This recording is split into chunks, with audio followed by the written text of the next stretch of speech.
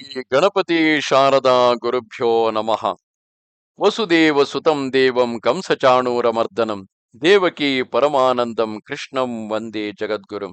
ಶ್ರೋತೃಗಳಿಗೆ ಶ್ರೀ ಅಳಸಿಂಗರಾಚಾರ್ಯ ವಿರಚಿತ ಶ್ರೀ ವ್ಯಾಸ ಮಹರ್ಷಿ ಪ್ರಣೀತ ಶ್ರೀಮದ್ ಭಾಗವತದ ಅಷ್ಟಮ ಸ್ಕಂದದಲ್ಲಿ ಬಲಿಯು ತಾನು ಕೊಟ್ಟ ಮಾತನ್ನು ತಪ್ಪಲಾರನೆಂದು ಶುಕ್ರನಿಗೆ ತಿಳಿಸಿದುದು ಎಂಬ 20ನೆಯ ಅಧ್ಯಾಯಕ್ಕೆ ಸ್ವಾಗತ.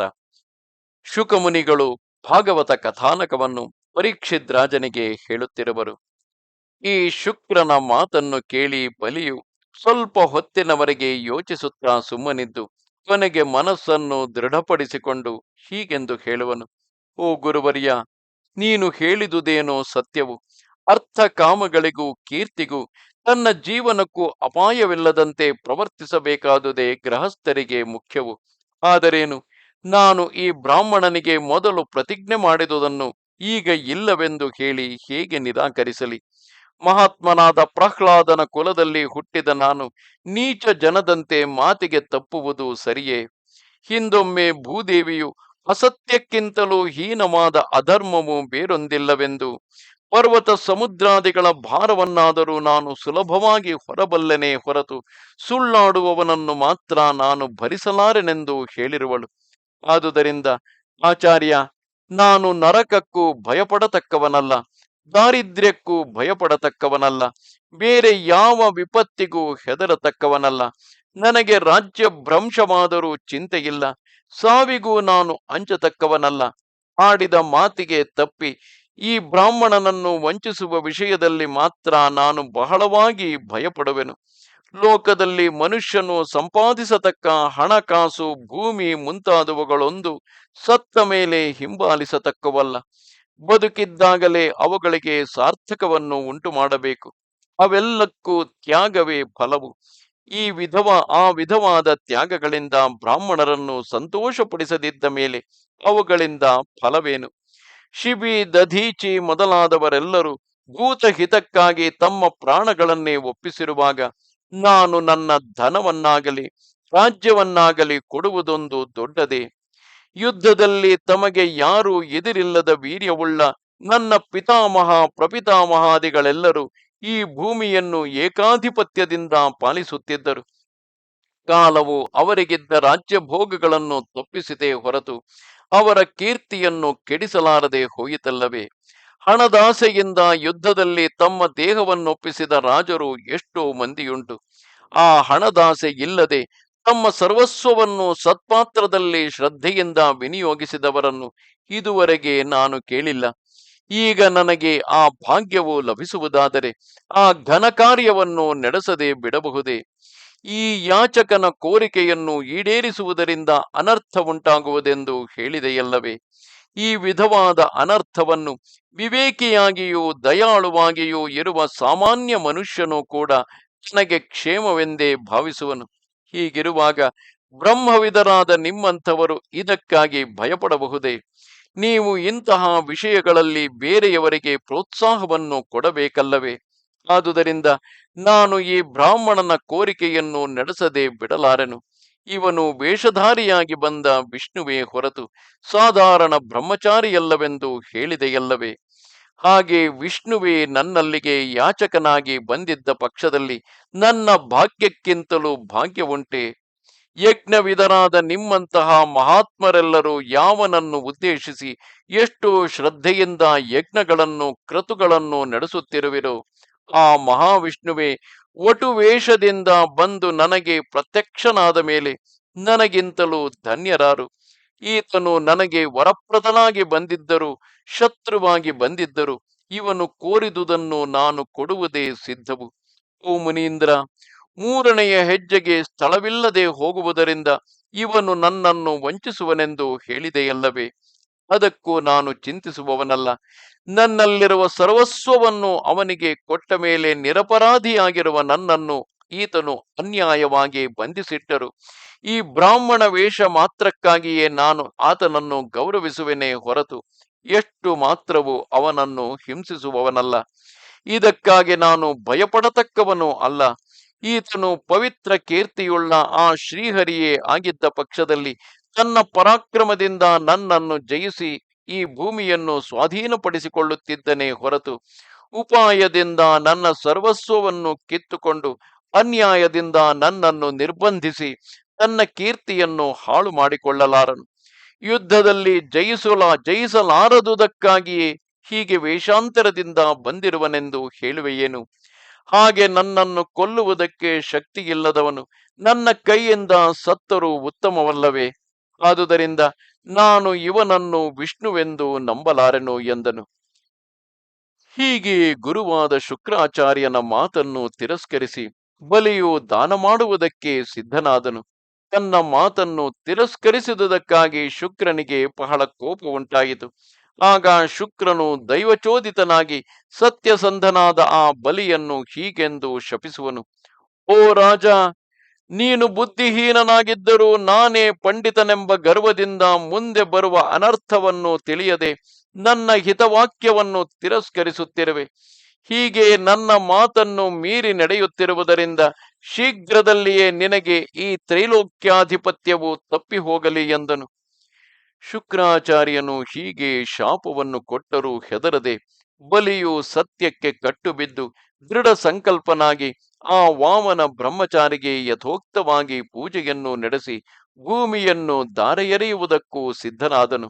ಒಡನೆಯೇ ಬಲಿಯ ಭಾರ್ಯೆಯಾದ ವಿಂಧ್ಯಾವಳಿಯು ಮುಕ್ತಾಹಾರ ಮೊದಲಾದ ಆಭರಣಗಳಿಂದ ಅಲಂಕೃತಳಾಗಿ ಜಲಪೂರ್ಣವಾದ ಬಂಗಾರದ ಕರಗವನ್ನು ಕೈಯಲ್ಲಿ ಹಿಡಿದು ಬಂದಳು. ಆ ಜಲದಿಂದ ಬಲಿಯು ಬ್ರಹ್ಮಚಾರಿಯ ಪಾದಗಳನ್ನು ತೊಳೆದು ಲೋಕಪಾವನವಾದ ಆ ತೀರ್ಥವನ್ನು ತಲೆಯಲ್ಲಿ ಪ್ರೋಕ್ಷಿಸಿಕೊಂಡನು. ಆಗ ಯಾರು ಯಾರು ಎಷ್ಟೆಷ್ಟು ವಿಧದಿಂದ ತಡೆದರು ಅವರ ಮಾತಿಗೆ ಕಿವಿಗೊಡದೆ ಬಲಿಯು ಒಂದೇ ಧೈರ್ಯದಿಂದ ಆ ವಾಮನನ ಕೈಗೆ ದಾನ ಜಲವನ್ನು ಬಿಡುತ್ತಿರುವಾಗ ಅವನ ಸಾಹಸಕ್ಕೆ ಆಶ್ಚರ್ಯಪಟ್ಟು ದೇವತೆಗಳು, ಗಂಧರ್ವರು, ವಿದ್ಯಾಧರರು, ಸಿದ್ಧರು, ಚಾರಣರು ಆಕಾಶದಿಂದ ಅವನ ಮೇಲೆ ಪುಷ್ಪ ವರ್ಷವನ್ನು ಕರೆದರು. ದೇವದುಂದುಭಿಗಳು ಮೊಳಗಿದವು. ಗಂಧರ್ವರು, ಕಿಂಪುರುಷರು, ಕಿನ್ನರರು ಆಕಾಶದಲ್ಲಿ ನೆರೆದು, ಆಹಾ, ಈತನಲ್ಲವೇ ಸತ್ಯಸಂಧನು, ಸಾಕ್ಷಾತ್ ವಿಷ್ಣುವಿಗೆ ತ್ರೈಲೋಕ್ಯವನ್ನು ಧಾರೆ ಎರೆದು ಕೊಡುತ್ತಿರುವ ಈತನಲ್ಲವೇ ಮಹಾನುಭಾವನು ಎಂದು ಕೊಂಡಾಡುತ್ತಿದ್ದರು. ಹೀಗೆ ಬಲಿಯು ಸಮಸ್ತ ದೇವಗಣಗಳಿಂದಲೂ ಸರ್ವತೋಮುಖವಾಗಿ ಸ್ತುತಿಸಲ್ಪಡುತ್ತಿರುವಾಗ ವಾಮನ ಬ್ರಹ್ಮಚಾರಿಯು ಮುಂದೆ ಬಂದು ಕೈ ನೀಡಿದನು. ಬಲಿಯು ದಾನ ಜಲವನ್ನು ಬಿಡುತ್ತಾ, ಇದು ನೀನು ಕೇಳಿದುದನ್ನು ಸ್ವೀಕರಿಸು ಎಂದು ಕೊಡುತ್ತಿದ್ದನು. ಇಷ್ಟರಲ್ಲಿಯೇ ಆ ಬ್ರಾಹ್ಮಣ ವಟುವಿನ ಆಕಾರವು ಎಲ್ಲರಿಗೂ ಆಶ್ಚರ್ಯ ಉಂಟಾಗುವಂತೆ ಉಬ್ಬಿ ಬೆಳೆಯಲಾರಂಭಿಸಿತು. ಹಾಗೆ ಬೆಳೆಯುತ್ತಿದ್ದ ವಾಮನಾಕಾರವು ಗುಣತ್ರಯ ಪರಿಣಾಮ ರೂಪವಾದ ಈ ಸಮಸ್ತ ಪ್ರಪಂಚವನ್ನು ತನ್ನಲ್ಲಿಯೇ ಕಾಣಿಸುವಂತೆ ತೋರುತ್ತಾ ಬಂದಿತು. ಭೂಮಿ, ಆಕಾಶ, ಸ್ವರ್ಗ, ದಿಕ್ಕು ವಿದಿಕ್ಕುಗಳು, ಅತಲವೇ ಮೊದಲಾದ ಅಧೋಲೋಕಗಳು, ಸಪ್ತ ಸಮುದ್ರಗಳು, ದೇವ ತಿರ್ಯಕ್ ಮನುಷ್ಯ ವರ್ಗಗಳು, ಮುನಿಗಳು ಇವೆಲ್ಲವೂ ಆ ರೂಪದಲ್ಲಿ ಕಾಣಿಸಿಕೊಂಡವು. ಆ ಯಜ್ಞಶಾಲೆಯಲ್ಲಿ ಇದ್ದಂತೆಯೇ ಬಲಿಯು ಋತ್ವಿಕ್ ಪುರೋಹಿತರು, ಸಭಿಕರು ಮಹಾವಿಭೂತಿ ಎನಿಸಿಕೊಂಡ ಆ ವಾಮನನ ಶರೀರದಲ್ಲಿ ಪಂಚಭೂತಗಳಿಂದಲೂ, ಇಂದ್ರಿಯಗಳಿಂದಲೂ, ಶಬ್ದಾದಿ ವಿಷಯಗಳಿಂದಲೂ, ಅಂತಃಕರಣದಿಂದಲೂ, ಜೀವ ವರ್ಗದಿಂದಲೂ ಕೂಡಿದ ಗುಣತ್ರಯಾತ್ಮಕವಾದ ಈ ಸಮಸ್ತ ಪ್ರಪಂಚವನ್ನು ಕಂಡರು.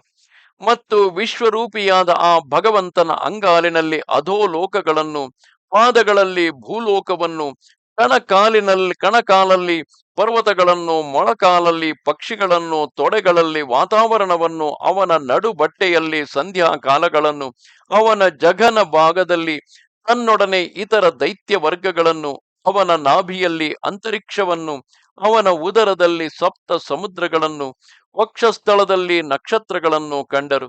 ಹಾಗೆಯೇ ಕ್ರಮವಾಗಿ ಆ ಭಗವಂತನ ಹೃದಯದಲ್ಲಿ ಧರ್ಮವು, ಸ್ತನ ಭಾಗದಲ್ಲಿ ಸತ್ಯವು, ಮನಸ್ಸಿನಲ್ಲಿ ಚಂದ್ರನು, ವಕ್ಷಸ್ಥಳದಲ್ಲಿ ಕಮಲಹಸ್ತೆಯಾದ ಲಕ್ಷ್ಮೀದೇವಿಯು, ಕಂಠ ಭಾಗದಲ್ಲಿ ಸಾಮವೇದದೊಡಗೂಡಿದ ಸಮಸ್ತ ಶಬ್ದ ಜಾಲಗಳು, ಭುಜದಲ್ಲಿ ಇಂದ್ರಾದಿ ದೇವತೆಗಳು, ಕಿವಿಗಳಲ್ಲಿ ದಿಕ್ಕುಗಳು, ಶಿರಸ್ಸಿನಲ್ಲಿ ದ್ಯುಲೋಕವು, ತಲೆ ಕೂದಲುಗಳಲ್ಲಿ ಮೇಘಗಳು, ಮೂಗಿನಲ್ಲಿ ಶ್ವಾಸವಾಯುವು, ಕಣ್ಣುಗಳಲ್ಲಿ ಸೂರ್ಯನು, ಮುಖದಲ್ಲಿ ಅಗ್ನಿಯು, ವಾಕ್ಕಿನಲ್ಲಿ ವೇದಗಳು, ರಸನೇಂದ್ರಿಯದಲ್ಲಿ ವರುಣದೇವನು, ಹುಬ್ಬುಗಳಲ್ಲಿ ಪ್ರವೃತ್ತಿ ನಿವೃತ್ತಿ ಶಾಸ್ತ್ರಗಳು, ರೆಪ್ಪೆಗಳಲ್ಲಿ ಹಗಲು ರಾತ್ರಿಗಳು, ಹಣೆಯಲ್ಲಿ ಕೋಪವು, ಕೆಳತುಟಿಯಲ್ಲಿ ಲೋಭವು, ತ್ವಕೇಂದ್ರಿಯದಲ್ಲಿ ಕಾಮವು, ರೇತಸ್ಸಿನಲ್ಲಿ ಜಲವು, ಬೆನ್ನಿನಲ್ಲಿ ಅಧರ್ಮವು, ನಡೆಯಲ್ಲಿ ಯಜ್ಞವು, ಛಾಯೆಯಲ್ಲಿ ಮೃತ್ಯು ದೇವತೆಯು, ಉಪಹಾಸದಲ್ಲಿ ಮಾಯೆಯು, ರೋಮಗಳಲ್ಲಿ ಔಷಧಿ ವರ್ಗಗಳು, ನರಗಳಲ್ಲಿ ನದಿಗಳು, ನಖಗಳಲ್ಲಿ ಶಿಲೆಗಳು, ಬುದ್ಧಿಯಲ್ಲಿ ಬ್ರಹ್ಮದೇವನು, ಇಂದ್ರಿಯಗಳಲ್ಲಿ ದೇವತೆಗಳೊಡಗೂಡಿದ ಋಷಿಗಳು ನೆಲೆಗೊಂಡಂತೆ ಕಾಣಿಸಿದವು. ಸಾವಿರ ಮಾತುಗಳಿಂದೇನು, ಆಗ ಆ ಭಗವಂತನ ಶರೀರ ಒಂದರಲ್ಲಿಯೇ ನಾಮರೂಪ ವಿಭಾಗಗಳಿಂದ ಬೇರೆ ಬೇರೆಯಾಗಿ ತೋರುವ ಚರಾಚರ ಪ್ರಪಂಚವೆಲ್ಲವೂ ಏಕಕಾಲದಲ್ಲಿ ಬಲಿಚಕ್ರವರ್ತಿಗೆ ಗೋಚರಿಸಿದವು. ಹೀಗೆ ವಿಶ್ವಾತ್ಮಕನಾದ ಆ ಭಗವಂತನ ರೂಪವನ್ನು ನೋಡಿ ಅಲ್ಲಿದ್ದ ದೈತ್ಯರೆಲ್ಲರೂ ಭಯಾಶ್ಚರ್ಯಗಳಿಂದ ಏನೊಂದು ತಿಳಿಯದೆ ಸ್ತಬ್ಧರಾಗಿ ನಿಂತು ಬಿಟ್ಟರು. ಇದಲ್ಲದೆ ಆಗ ಶತ್ರು ದುಸ್ಸಹವಾದ ತೇಜಸ್ಸುಳ್ಳ ಸುದರ್ಶನವೆಂಬ ಚಕ್ರವು, ಪಾಂಚಜನ್ಯವೆಂಬ ಶಂಖವು, ಕೌಮೋದಕಿ ಎಂಬ ಗದೆಯು, ನಂದಕವೆಂಬ ಕತ್ತಿಯು, ಶಾರಂಗವೆಂಬ ಮಹಾಧನುಸ್ಸು, ಶತಚಂದ್ರವೆಂಬ ಕೇಟಕವು, ಅಕ್ಷಯ ಸಾಯಕಗಳೆಂಬ 2 ಬತ್ತಳಿಕೆಗಳು, ಈ ದಿವ್ಯಾಯುಧಗಳೆಲ್ಲವೂ ಆ ಭಗವಂತನ ಪಾರ್ಶ್ವವರ್ತಿಗಳಾಗಿ ನಿಂತಿದ್ದವು. ಮತ್ತು ಸುನಂದ ನಂದರೆ ಮೊದಲಾದ ಪಾರ್ಷದರು, ಲೋಕಪಾಲಕರು ಆ ಭಗವಂತನ ಸುತ್ತಮುತ್ತಲು ಕೈಕಟ್ಟಿ ನಿಂತು ಸೇವೆ ಮಾಡುತ್ತಿದ್ದರು. ಭಗವಂತನು ತನ್ನ 3 ಅಡಿಗಳಿಂದಲೇ 3 ಲೋಕವನ್ನು ಅಳೆಯುವುದಕ್ಕಾಗಿ ಈ ಅದ್ಭುತ ರೂಪವನ್ನು ತಾಳಿದ್ದಾಗಲೂ ಆತನ ಪಾದದಿಂದ ತಲೆಯವರೆಗೆ ಸರ್ವಾವಯವಗಳಲ್ಲಿಯೂ ಕಿರೀಟ, ಕುಂಡಲ, ಹಾರ, ಕೇಯೂರಾದಿ ಆಭರಣಗಳೆಲ್ಲವೂ ಶೋಭಿಸುತ್ತಿದ್ದವು. ಅವನ ಅಸಾಧಾರಣ ಚಿಹ್ನಗಳಾದ ಶ್ರೀವತ್ಸ, ಕೌಸ್ತುಭ, ಕಾಂಚಿ, ಪೀತಾಂಬರ, ವನಮಾಲಿಕೆಗಳೆಲ್ಲವೂ ಕಾಣಿಸುತ್ತಿದ್ದವು. ಹೀಗೆ ವಿಶ್ವರೂಪವನ್ನು ತಾಳಿದ ಭಗವಂತನು ಬಲಿಯು ತನಗೆ ಧಾರೆ ಎರೆದು ಕೊಟ್ಟ 3 ಅಡೆಯ ನೆಲವನ್ನು ಅಳೆಯುವುದಕ್ಕಾಗಿ ಕಾಲಿಡುವಾಗ ಭೂಲೋಕವೆಲ್ಲವನ್ನು ತನ್ನ ಪಾದದಿಂದಲೂ ದಿಕ್ಕುಗಳನ್ನು ಭುಜಗಳಿಂದಲೂ ಆಕ್ರಮಿಸಿಬಿಟ್ಟನು. ದ್ಯುಲೋಕವನ್ನು ಆಕ್ರಮಿಸುವುದಕ್ಕಾಗಿ 2ನೆಯ ಹೆಜ್ಜೆಯನ್ನು ಮೇಲೆ ನೀಡಿದನು. ಅದು ದ್ಯುಲೋಕವನ್ನು ಮೀರಿ ಹೋದುದಲ್ಲದೆ ಅದಕ್ಕೆ ಮೇಲೆಯೂ ಕ್ರಮವಾಗಿ ಮಹರ್ಲೋಕ, ಜನೋಲೋಕ, ತಪೋಲೋಕಗಳನ್ನು ದಾಟಿ ಆ ಎಲ್ಲ ಪ್ರಪಂಚಕ್ಕಿಂತಲೂ ಹೊರಗಿರುವ ಸತ್ಯ ಲೋಕವನ್ನು ಮುಟ್ಟಿತು. ಬಲಿಯು 3ನೆಯ ಹೆಜ್ಜೆಗಾಗಿ ಕೊಡಬೇಕಾದ ಸ್ಥಳಕ್ಕೆ ಅಣು ಮಾತ್ರವೂ ಸ್ಥಳವೂ ಉಳಿಯದಂತಾಯಿತು. ಇದು 20ನೆಯ ಅಧ್ಯಾಯವು. ನಮಸ್ತೆ ಶಾರದೆ ದೇವಿ, ಕಾಶ್ಮೀರ ಪುರವಾಸಿನಿ, ತ್ವಾಮಹಂ ಪ್ರಾರ್ಥಯೇ ನಿತ್ಯಂ, ವಿದ್ಯಾದಾನಂಚ ದೇಹಿಮೆ. ನಮಸ್ಕಾರ.